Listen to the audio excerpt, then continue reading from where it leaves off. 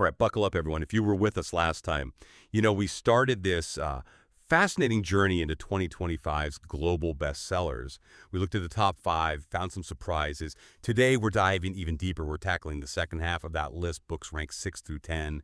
And, our mission here isn't just reading off a list. We're trying to be like literary detectives. We really want to pull out those surprising facts, those little nuggets of insight that show why these specific books hit home for so many people globally. We're digging into what pulled readers into these, honestly, really different worlds. So get ready, because the variety, even in this half, it might just throw you for a loop. It absolutely will. I mean, what's so fascinating as we look at this next group is just how diverse it still is. It's not like one genre is just dominating everything or one trend. Not at all. It's more like a rich tapestry of what people are interested in, what they desire, even, new ways they're finding and consuming stories. So yeah, let's connect the dots. Let's figure out what really pushed these books onto the world stage. And it tells us a lot about what readers are looking for right now.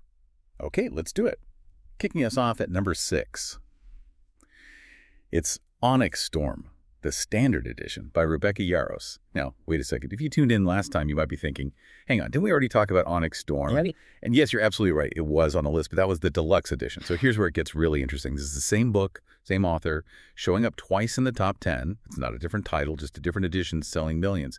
So what does that actually tell us about Rebecca Yarros and, her fans? Yeah, this is pretty remarkable. This whole double sales thing, it really speaks volumes about how reader engagement is evolving. It's not just fan loyalty, though that's definitely there. It's more than just reading the story now. It's become about, curating an experience. People buy the deluxe one because it's collectible, right? Maybe the fancy cover, the extra bits, something to put on the shelf. It's like an artifact. Right, display piece almost. Exactly. And then they buy the standard edition, the paperback maybe, specifically to read. The one they can carry around, dog-ear the pages. It's almost like, I don't know, buying skins in a video game or something. Owning the physical thing or multiple versions of it becomes part of how you engage with the world, the story. Wow. Yeah, it's about showing your dedication, being part of that fan community, showing your passion in a really tangible way. It's this whole layer of fan economics that publishing didn't really see coming. That's such a sharp way to put it. It's not just buying, it's curating. Performing your fandom even. It makes you wonder, are other authors doing this? Is this something we'll see more of? Multiple editions becoming standard for the big releases. It really does turn a book into something more than just the story itself. It's a piece of a world you love. Okay, so from that kind of intense passion dragons collectible editions, we pivot, big pivot. Number 7 takes us somewhere completely different. It's James Clear's Atomic Habits. And what's really stunning here isn't just the sales volume, but its staying power. It's incredible longevity. I mean, it was published way back in 2018. Yeah. And here we are, 2025. It's still selling millions. This book just refuses to leave the bestseller lists. It's like a permanent fixture. And if we connect this to the bigger picture, it really taps into something fundamental, almost primal about us. Atomic Habits isn't just another self-help book. It's kind of become the modern-day Rosetta Stone for getting your life together right. Yeah, that feels right. The human desire for structure, for improvement, that's always there. But Clear's genius, I think, is how he boils down some pretty complex psychology into this simple, actionable system. It's universal. He tells you how to do it, focusing on those tiny, almost invisible shifts that add up over time. The 1% better idea. Exactly. It feels doable. It's like an antidote to feeling overwhelmed, which so many people do. It offers this clear path. So it's not just a fad. It's cemented itself as, like you said, the modern-day productivity Bible because it hits that deep need for control, for progress. The advice is evergreen because, wanting to improve yourself, that's evergreen. Totally agree. The practicality is huge. But, sometimes Clear's system, because it is so simple, maybe people underestimate the actual effort. Is there a risk maybe that you gloss over the deeper psychological stuff needed to actually make those small changes stick? What do you think is the common pitfall? Even with clear instructions, why do people still struggle to embed these habits? That's a really, really good point. I think the biggest pitfall is often the simplicity itself. People confuse knowing the system with actually doing the work. Clear talks a lot about identity-based habits, right? Becoming the kind of person who does the thing. Right, not just trying to do the thing. Exactly. But changing your identity, that takes real self-reflection. You have to confront how you already see yourself. And that's hard, even if the daily action is tiny. Another thing is the all-or-nothing mindset. You miss one day, and suddenly it feels like you failed, you've broken the chain. Oh, yeah, I know that feeling. Right. Clear addresses it, but we're kind of wired to want perfection. So yeah, the framework's simple, but the mental commitment to actually transform, that's significant. That's a great distinction. Knowing the map versus actually walking the path Yeah. requires some internal heavy lifting. So, thinking about all this, for you personally, how do you approach your own goals? Where do you find that kind of wisdom that helps you stick with something when, the shine wears off? Claire's definitely onto something, but we all still have our own journey with it. Yeah. Moving on, number 8. This one just makes me smile. It's a true classic. Dr. Seuss's Oh, the Places You'll Go. I mean, finding a children's book published decades ago, still holding its own on a global bestseller list in 2025.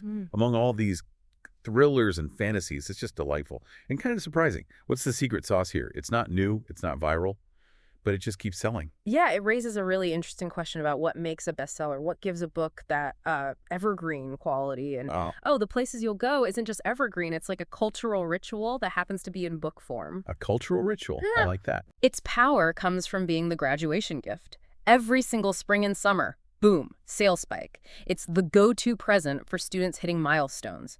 Kindergarten, high school, college, whatever. It's less about marketing now and more about its role in our culture. It's emotional, celebratory, almost ceremonial. The messages in it, resilience, being yourself, facing challenges, embracing the unknown, they're universal and fit perfectly for those moments of transition. It's like a pre-packaged pep talk and blessing. Totally. A rite of passage. Right. So it's not just being passed down, it's being actively re-gifted, re-embraced by every new generation. That keeps it relevant and selling way beyond a normal book's lifespan. That is brilliant. Yeah. A cultural ritual in print. I think I got a copy when I graduated, and I've definitely given it. It feels like this universal language for marking those big steps. Are there other books, maybe not children's books, that have a similar kind of ritualistic power, even if they don't have that same seasonal sales spike? Makes you think about stories that stick with us through life's big moments, doesn't it? Or ones that families pass down like a message of hope. Oh, absolutely. You could argue something like The Little Prince has a similar vibe, right? Often given when people are leaving or starting something new. It has that blend of wisdom and commentary on life. Or, religious texts for many people serve as that evergreen moral guide.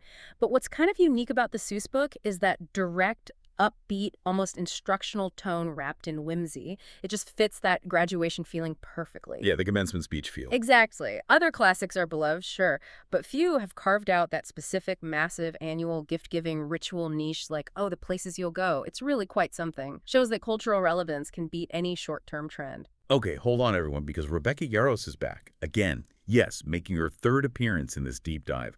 Fourth Wing is still flying high on the bestseller list. This is almost 2 years after it first came out. This book just exploded, didn't it? And it's kept going strong, mostly thanks to what people call the BookTok effect. It really launched that whole romantic-y craze where, dragons, deadly schools, steamy romance. But 2 years later, still this popular. That's more than just a flash in the pan. Absolutely. And what's really fascinating here isn't just that BookTok can make a book go viral. It's how it creates this sustained ecosystem around a book that keeps feeding sales. Now that the sequels are out, Iron Flame and Onyx Storm Coming Hurt, new readers are constantly discovering the original Fourth Wing. So the sequels pull people back to the start. Exactly. And it's not just word of mouth anymore. It's driven by the algorithm. BookTok creates this constant feedback loop. Readers make videos, reviewers analyze, there's fan art, discussions. All of that signals to the algorithm, hey, people like this. Right. And then it pushes the book out to new audiences who are probably already into romantasy. It's this powerful self-feeding discovery engine. It kind of levels the playing field in some ways, letting reader passion drive success more than just big market budgets. Yeah. But it also creates these really specific paths for certain kinds of books. It really is amazing, that power of community and digital word of mouth. But I do wonder, is there a downside to the BookTok effect? Can it create a bit of an echo chamber? Or maybe flood the market so much with one type of thing, like romantasy, that it gets harder for different kinds of voices or stories to break through if they don't fit that, algorithm-friendly formula? That's a really critical question, actually, because yes, while BookTok has definitely boosted authors and genres that might have struggled otherwise, there's a real concern about the BookTok aesthetic. The aesthetic. Yeah. The algorithm tends to favor things that grab attention fast. So books with eye-catching covers, certain popular tropes, a really emotional hook you can share easily. Okay, I see. That's been great for romantasy, obviously. But it could potentially sideline quieter books, maybe more literary stuff, experimental work, things that don't have that instant viral appeal. And you hear now that publishers are actively looking for BookTok-ready books. Wow. Which, could start shaping what even gets published in the first place, kind of tailoring the literary landscape to fit a social media platform. So yeah, it's definitely a double-edged sword. Amazing discovery potential, but also a risk of, homogenization. That's a bit of a sobering thought, isn't it? Yeah. The algorithm potentially influencing what gets written, not just what gets read. It definitely makes you think about how social media shapes what you discover and consume yourself. Not just books, but everything. It's a whole new world for how trends pop up and, importantly, how long they last. Okay, finally, rounding out our countdown at number 10, we have The Crash by Freida McFadden. And hey, look, she's another author making a second appearance. We saw her The Housemaid back at number 5. The Crash is, as you'd expect, another one of her signature fast-paced thrillers. Gripping stuff. 2 books in the global top 10 in 1 year. That's more than just luck. Right. If we connect this to the bigger picture, McFadden being on this list twice isn't just about having a good year. It really proves she's not a one-hit wonder. She's methodically building this, empire in the psychological thriller space. And what's insightful here is how well she understands her audience within that niche. She knows the psychological triggers, the right pacing, the exact kind of twisty story her readers want. She delivers consistently. Precisely. It's not just about writing a good book. It's about delivering a specific experience reliably. Her readers know what they're signing up for, a fast, intense ride with a big payoff at the end. That consistency builds incredible trust and loyalty. People just grab her next book without thinking twice. She's built a really strong author brand around suspense and surprise, a go-to for anyone needing that page-turning escape. That brand identity, that consistent delivery, yeah, that makes a lot of sense. But what do you think is the deeper psychological pull? Why are thrillers like hers so addictive that authors can build empires around them? Is it just the excitement, the puzzle, or something else that keeps people coming back for that breathless feeling? I think it's a potent mix, really. First, humans just seem fascinated by the darker side of things, right? What makes people tick, especially when they do bad things? Thrillers let you explore that safely. Like a safe peek into the abyss. Kind of, yeah. Second, there's the puzzle aspect. You're constantly trying to figure it out, spot the clues, guess the twist before the author reveals it. It's very active, very engaging. Keeps your brain working. Totally. And third, it's the masterful handling of suspense and pacing. Authors like McFadden know exactly how to ratchet up the tension, give you a moment to breathe, then hit you again. It creates this almost physical reaction, the racing heart, the gasp. It's addictive. It's an escape, sure, but it's also a mental workout and an emotional roller coaster all in one. Right. People actively seek that feeling. That's a really great breakdown of why the genre works so well. It makes me think, for you listening right now, what is it that pulls you back to a certain genre again and again? Is it the plots, the characters, or just that specific feeling you get when you dive in? And just like that, we've reached the end of our deep dive into the second half of 2025's global bestsellers. What a ride through books 6 to 10. We've gone from practical self-improvement to fantasy dragons, twisty thrillers, to absolute children's classics. This list really does have a bit of everything, doesn't it? And it tells us so much about what captures our collective imagination. It really does. This whole deep dive, looking at the full top 10, it just highlights that there's no single formula for a bestseller. It's this dynamic reflection of, us.